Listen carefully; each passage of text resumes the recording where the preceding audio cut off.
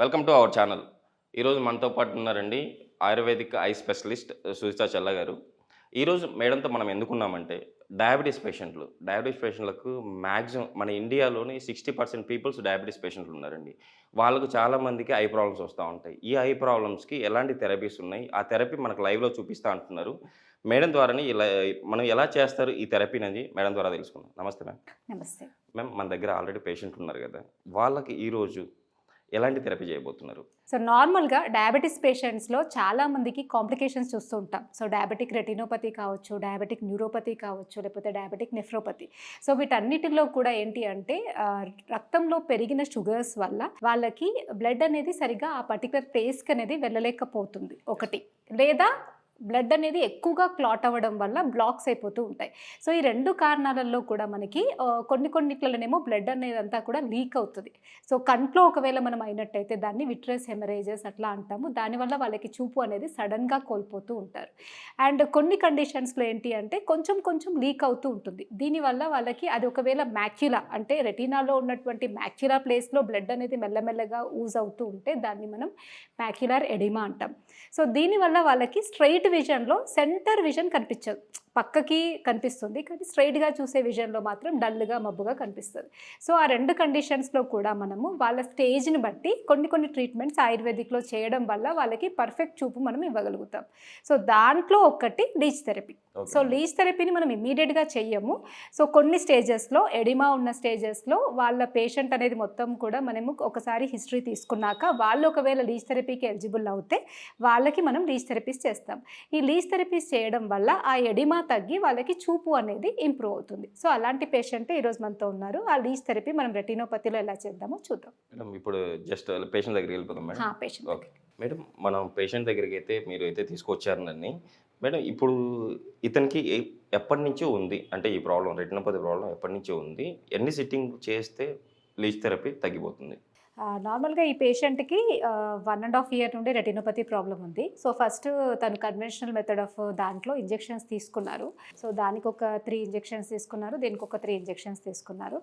Injections తీసుకున్నప్పుడు ఫస్ట్లో improve అయింది కానీ తర్వాత 3rd ఇంజెక్షన్ నుండి విజన్ ఇంప్రూవ్మెంట్ ఏం రాలేదు. అందుకని తను ఆల్టర్నేటివ్లో ఏమన్నా ఉందా అని చెప్పేసి తన పాస్ట్ హిస్టరీలో వాళ్ళ ఫ్యామిలీలో ఆయుర్వేదిక్లో మంచి రిజల్ట్స్ ఉన్నాయి, అందుకని ఐకి తను సర్చ్ చేసి మన దగ్గరికి వచ్చారనమాట.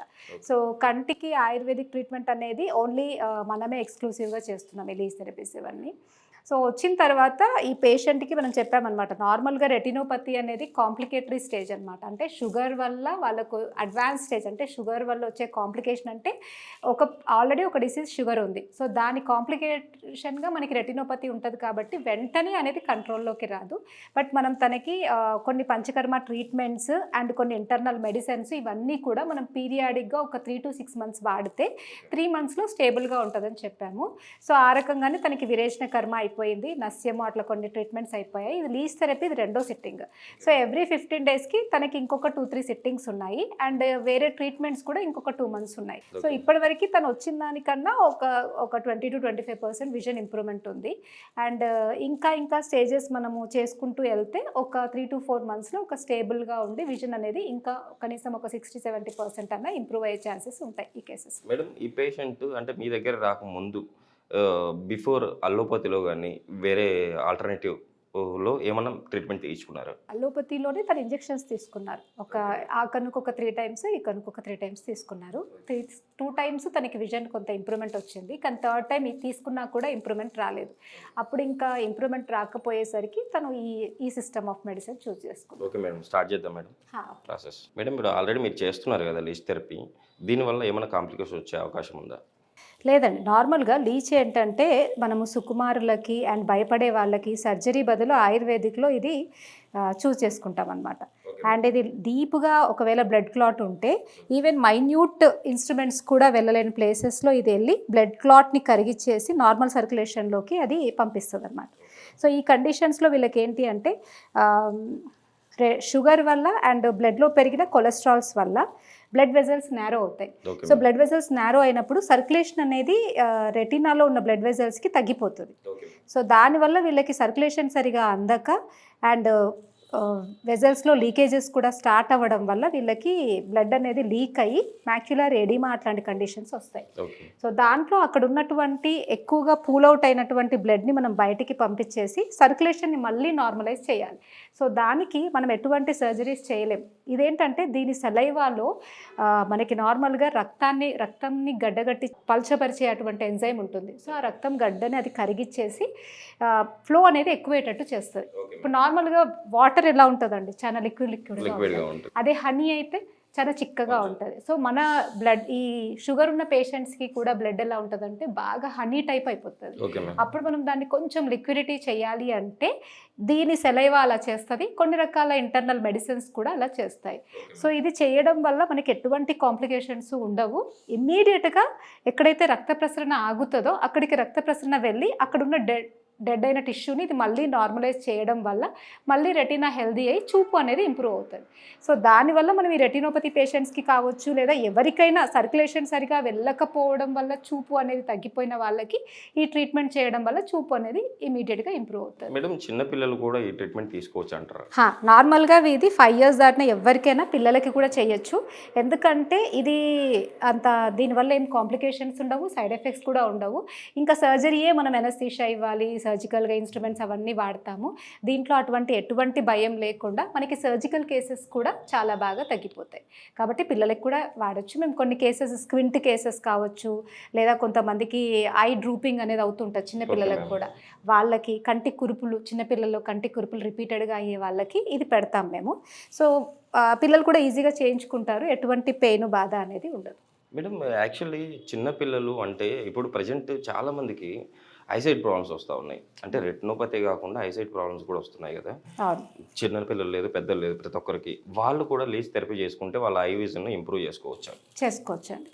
నార్మల్గా ఏంటంటే లీజ్ థెరపీ బ్లడ్ సర్క్యులేషన్ని బాగా ఇంప్రూవ్ చేస్తుంది. సో ఎవరికైతే సర్క్యులేషన్ ప్రాబ్లమ్స్ ఉంటాయో, ఇప్పుడు స్క్వింట్లో ఏమవుతుందంటే ఐ మజిల్స్ వీక్ అవుతూ ఉంటాయి. సో ఐ మజిల్స్ వీక్ అవడానికి కారణం మెయిన్గా సర్క్యులేషన్ తగ్గడం. సో ఆ సర్క్యులేషన్ని పెంచాలి అంటే మనం ఇట్లా లీజ్ థెరపీస్ చేస్తాం. Okay madam. నార్మల్గా పిల్లల్లో కూడా మనం ఈ లీజ్ థెరపీని చాలా సేఫ్గా చేసుకోవచ్చు. చాలా రకాల ఐ ప్రాబ్లమ్స్లో పిల్లలకి రిపీటెడ్గా కంటి కుర్పులు రావడము, లేదా స్క్వింట్ మెల్లకన్ను అనేది చాలా ఎక్కువగా ఉంటే మనం ఫస్ట్ స్టేజ్లో సర్జరీ చేస్తాం. కానీ చాలా కొంచెమే ఉంది అని అనుకున్నప్పుడు ఈ లీజ్ థెరపీతో మనం దాన్ని సెట్ చేసుకోవచ్చు. ఇంకా కొంతమంది పిల్లల్లో ఏంటి అంటే ఎక్కువగా ఏమంటారు న్యూరలాజికల్ ప్రాబ్లం వల్ల సైట్ ఉంటుంది. సో దాంట్లో కూడా మనం రిపీటెడ్గా లీజ్ థెరపీస్ చేయడం వల్ల వాళ్ళ నర్వ్స్కి అందాల్సినటువంటి సర్క్యులేషన్ అందడం వల్ల సైట్ కూడా చాలా వరకు ఎక్కువ ఉన్న కేసెస్లో మనకి లీజ్ థెరపీ వల్ల చాలా వరకు మంచి ఇంప్రూవ్మెంట్స్ ఉంటాయి. ఇలా పిల్లల్లో కంటికి సంబంధించినటువంటి చాలా రకాల ప్రాబ్లమ్స్లో మనం లీజ్ థెరపీస్ని చాలా సేఫ్గా వాడతాం. ఇప్పుడు ఈ లీజ్ థెరపీ జస్ట్ ఒక 20 minutesలో అయిపోతుంది. తర్వాత వాళ్ళకి ఎటువంటి ప్రాబ్లం ఉండదు. అండ్ లీజ్ పట్టుకునే ఒక్క సెకండ్ జస్ట్ మనకు ఒక చిన్న చీమ కుట్టినంత అనిపిస్తుంది. ఎందుకంటే అది దాని నోటితో ఒకసారి బైట్ చేసి మెల్లమెల్లగా ఇంకా దాని సెలైవా పంపిస్తూ, దాని సెలైవాలో ఎనస్థెటిక్ ఎంజైమ్ ఉంటుంది. అంటే అది పట్టుకున్నా కూడా మనకి తెలియకుండా దాని టెక్నిక్ అనమాట. ఇప్పుడు ఒకవేళ మనం వాటర్లో మన కాలు పెడితే అసలు మనకి జలగ పట్టినట్టు కూడా తెలియదు. ఎందుకంటే దాని ఎంజైమ్ అనేది మన అక్కడ ఉన్నటువంటి ప్లేస్ని నంబ్ చేస్తుంది కొంతసేపు. సో అలా నంబ్ చేయడం వల్ల మనకి అది తాగుతున్నట్టు కూడా ఏమంత ఎక్కువ అనిపించదు. మనం ఫోకస్ చేసి పెయిన్లెస్ ట్రీట్మెంట్స్. నార్మల్గా ఏంటంటే మనం దాని మీదనే ఫోకస్ చేస్తే తప్ప అసలు మనం దాని మీద ఫోకస్ చేయకపోతే అంత ఇది పెయిన్ఫుల్ ట్రీట్మెంట్ కాదు. అందుకే పిల్లలకి సేఫ్గా చేసుకోవచ్చు. మేడం ఇప్పుడు లీజ్ థెరపీ చేయించుకుంటున్నారు కదా, ఈయనకు ఎప్పుడు రిజల్ట్ తెలుస్తుంది? నార్మల్గా లీజ్ థెరపీ అనేది చాలా అక్యూట్గా రిజల్ట్స్ ఉంటుంది మనకి. అంటే లీజ్ థెరపీ చేశాక వాళ్ళకి ఖచ్చితంగా చూపులో కొంత ఇంప్రూవ్మెంట్ అనేది కనిపిస్తుంది. మనం ఇప్పుడు ఇది కన్నుకు చేస్తున్నాం కాబట్టి చూపులో ఇంప్రూవ్మెంట్. అదే పెయిన్ఫుల్ ఏరియాలో చేసామనుకోండి, వాళ్ళకి చాలా పెయిన్ ఉంది, వెంటనే పెయిన్ తగ్గడము. అండ్ ఎవరికన్నా మూమెంట్ సరిగ్గా లేదు అనుకోండి, కొంత మూమెంట్ కనిపిస్తుంది లీజ్ థెరపీ అవ్వగానే. అండ్ ఎవరికన్నా కాళ్ళు మొత్తం బ్లాక్గా అయిపోయి వూండ్స్ అట్లా పడ్డాయి అనుకోండి, వాళ్ళకైతే ఆ టైంలోనే ఒక టైప్ ఆఫ్ వాళ్ళకి సూదితో కూర్చున్న ఫీలింగ్ ఉంటుంది అక్కడ ఎక్కువ ఇంప్యూర్ బ్లడ్ ఉన్నప్పుడు. ఆ ఫీలింగ్, ఆ ప్రాబ్లం అంతా కూడా వాళ్ళకి వెంటనే తగ్గిపోతుంది. సో ఇవి చాలా అక్యూట్గా రిజల్ట్స్ ఇచ్చే ట్రీట్మెంట్స్ అనమాట. అంటే ఇప్పుడు చేస్తే ఆయుర్వేదిక్ లేట్ కదండి, మెల్లమెల్లగా ఇంప్రూవ్మెంట్ చూపెడుతుంది అంటే దీంట్లో అట్లా ఉండదు. అగ్నికర్మ, విద్యకర్మ, ఈ క్షారకర్మ అండ్ రక్తమోక్షణం ఇవన్నీ కూడా మనకి సద్య ఫలప్రదం. అంటే ఇమ్మీడియట్గా మనకి రిజల్ట్స్ కనిపిస్తాయి. సో పేషెంట్స్కి కూడా అలా ఇమ్మీడియట్గా రిజల్ట్స్ వచ్చేసరికి సాటిస్ఫై ఉంటుంది. అండ్ మనకి కూడా మనము బిఫోర్ ఆఫ్టర్ ట్రీట్మెంట్ చూస్తామన్నమాట. సో ఇంప్రూవ్మెంట్ అనేది క్లారిటీగా తెలుస్తుంది. అందుకే చాలామంది పేషెంట్స్ ఒకసారి లీజ్ థెరపీ చేసుకున్నాక వాళ్ళే మనల్ని అడుగుతారు, మళ్ళీ ఎప్పుడు లీజ్ థెరపీ చేస్తారు మేడం, మాకు అప్పుడు మంచిగా అనిపించింది, మళ్ళీ చేయండి అని. సో అలా మనకి చాలామంది అడుగుతారు అండ్ ఇది చాలా మంచి ట్రీట్మెంట్. మేడం లీజ్ థెరపీ అంటే వీళ్ళు ఏమన్నా అంటే ఆయుర్వేదిక్ ప్రకారం మీరు చేస్తున్నారు కదా, ఎట్లాంటి ఫుడ్ తీసుకుంటే బెటర్ అంటారు వీళ్ళు? లీజ్ థెరపీ తర్వాత ఆ ఒక్కరోజు మాత్రం కొంచెం చల్లగాల్లో తిరగడము అండ్ ఫ్రిడ్జ్లో పెట్టినవి లేదా చల్లటివి ఏవి తీసుకోవద్దు. రూమ్ టెంపరేచర్లో ఉండేవి, ఈజీగా డైజెస్ట్ అయ్యేవి తీసుకోవాలి. అండ్ ఎక్కువ బయట ఎండలో తిరగడం అట్లా ఉండకుండా నార్మల్ టెంపరేచర్లో నార్మల్ లైఫ్ స్టైల్లో ఉంటే సరిపోతుంది. మేడం ఇప్పుడు లీజ్ థెరపీ చేస్తున్నారు కదా, ఇది ఎంతసేపు చేయించుకోవాలి ఇలా? నార్మల్గా లీచ్ మనము 25 మినిట్స్ టు 30 మినిట్స్ చేస్తాము. అండ్ ఇంకా ఎక్కువ పెద్ద లీచెస్ బాగా తాగేసాయంటే 15 to 20 మినిట్స్. మేడం ఇంకొకటి, ఇప్పుడు లీచ్ను అంటే ఒక పేషెంట్కి వాడిన లీచ్ను ఇంకొక పేషెంట్కి వాడతారా? నార్మల్గా ఎవరికి వాడినవి వాళ్ళకి సపరేటే వాడతాం, ఒకరికి వాడినవి ఇంకొకరికి వాడు లీచెస్ నార్మల్గా. మేడం లీచ్ వాడుతూ ఉంటారు కదా, ఈ లీచ్ వల్ల పేషెంట్కి ఏమైనా ప్రాబ్లం అయ్యే అవకాశం ఉందా? చాలామంది కూడా మీరు అడిగినట్టు నన్ను అడుగుతూ ఉంటారు, అంటే ఈ లీచెస్ మేడం ఒకరికి పెట్టినాయి ఒకరికి పెడతారా అన్నది ఫస్ట్ క్వశ్చన్ అయితే. దీనివల్ల ఏమైనా ఇన్ఫెక్షన్స్ వస్తాయా, ఇవి వాటర్లో ఉంటాయి కదా, లేకపోతే దీనివల్ల మనకి ఇంకేమైనా ప్రాబ్లం ఎక్కువ అవుతుందా అని. నార్మల్గా ఈ లీచెస్ మనము యాక్చువల్గా పసుపు నీళ్ళలో మనం ఒక 20 to 30 మినిట్స్ ఉంచి అది మొత్తం వామిట్ చేసుకుంటుంది అనమాట, దాంట్లో ఉన్న టాక్సిన్ అంతా కూడా. ఆ తర్వాత మనం దాన్ని పెడతామన్నమాట. సో అలా స్టెరైల్ కండిషన్స్ వాడతాం కాబట్టి దాని ద్వారా ఎటువంటి ఇన్ఫెక్షన్స్ రావు. అండ్ ఇంకా నార్మల్గా లీచ్ పెట్టిన తర్వాత ఫీవర్ ఏమన్నా వస్తుందా, లేకపోతే ఇంకేమన్నా ఇన్ఫెక్షన్స్ వస్తాయా అన్నది చాలామందిలో ఉండే డౌట్. సో లీచ్ థెరపీ వల్ల ఇంతవరకు ఇన్ని ప్రాక్టీస్లో కూడా ఎవరికి ఎటువంటి ఇన్ఫెక్షన్స్ రాలేదు, ఎటువంటి ఫీవరు రాలేదు, అండ్ ఎటువంటి ప్రాబ్లం కూడా రాలేదు. దీనివల్ల మంచి రిజల్ట్సే ఉంటాయి తప్ప కాంప్లికేషన్స్ అయితే మనం ఇలా స్టెరైల్ కండిషన్స్ వాడి కరెక్ట్గా మంచి లీచెస్ వాడుకుంటే ఎటువంటి ప్రాబ్లమ్స్ ఉండవు. మేడం ఈ ప్రాబ్లం ఉన్న వాళ్ళకి లీచ్ థెరపీ వల్ల ఎలాంటి ప్రాబ్లమ్స్ ఉంటాయి, ఎలాంటి ఉపయోగాలు ఉన్నాయి, నాకున్న డౌట్స్ అండ్ ఆడియన్స్కి ఉన్న డౌట్లు ప్రతి ఒక్కటి క్లారిఫై చేశారు మీరు. కంపల్సరీ ఈ ప్రాబ్లం ఉన్న వాళ్ళు లీచ్ థెరపీ చేయించుకుంటారని ఆశిద్దాం. మన ప్రేక్షకులకి అయితే ఈరోజు చూశారు కదండి, లీచ్ థెరపీ వల్ల ఎటువంటి ప్రాబ్లమ్స్ ఉండవు, చేయించుకోవడం వల్ల కన్ఫామ్గా మీ ఐసైట్ ప్రాబ్లం నుంచి అయితే మీరు బయటపడవచ్చు, డయాబెటిక్ రెటినోపతి నుంచి బయటపడవచ్చు. మేడం చాలా చక్కగా వివరించారు. మేడం ఈ థెరపీ గురించి మా ప్రేక్షకులకు తెలియజేసినందుకు థ్యాంక్ యూ. Thank you.